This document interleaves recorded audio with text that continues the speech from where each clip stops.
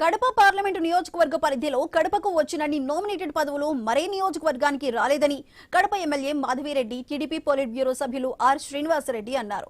బడుగు బలహీన వర్గాలు, వెనుకబడిన వర్గాలకు పెద్ద ఎత్తున నామినేటెడ్ పోస్టులను ఇచ్చిన ఘనత టీడీపీకే దక్కుతుందన్నారు.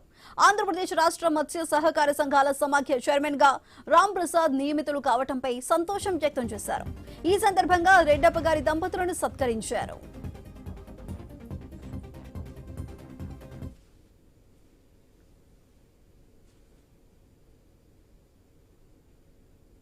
బీసీలకు, బడుగు బలహీన వర్గాలకు తెలుగుదేశం పార్టీ ఎప్పుడు కూడా పెద్దపీట వేస్తుందనే దాంట్లో ఈరోజు రాష్ట్ర ఫిషరీస్ ఫెడరేషన్ డెవలప్మెంట్ కార్పొరేషన్కు రాంప్రసాద్, యాటగిరి రాంప్రసాద్ నియమితులు కావడం చైర్మన్గా కడప జిల్లాకు ముఖ్యంగా మత్స్యకారులకు, అదేవిధంగా బీసీ వర్గాలకు, తెలుగుదేశం పార్టీ కుటుంబ సభ్యులందరికీ కూడా ఒక సంతోషకరమైన వార్త.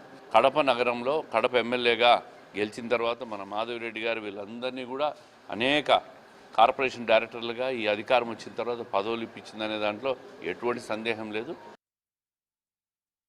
తెలుగుదేశం పార్టీ కడప నియోజకవర్గంలో ఈరోజు ఎన్నో సంవత్సరాల తర్వాత, దాదాపు 20 సంవత్సరాల తర్వాత ఇక్కడ మళ్ళా ప్రజలు ఒక అవకాశం తెలుగుదేశం పార్టీకి ఇచ్చారు.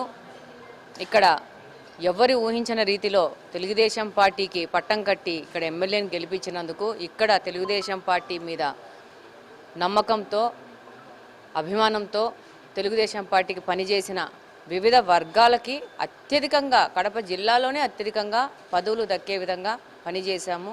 ప్రతి ఒక్కరికి ప్రాతినిధ్యం వహిస్తూ ఈ పదవులు వచ్చినాయి. బీసీలకు కానీ, రెడ్లకు కానీ, కమ్మూరికి కానీ ప్రతి ఒక్కరికి ఎక్కడ మనకు కడప నియోజకవర్గానికి పార్టీ మనకు అవకాశం ఇస్తే ఇక్కడున్న నాయకుల్ని రిప్రజెంట్ చేయాలన్న ఒక ఉద్దేశంతో ప్రయత్నించడం జరిగింది. అందులో సఫలీకృతం అవడం జరిగింది.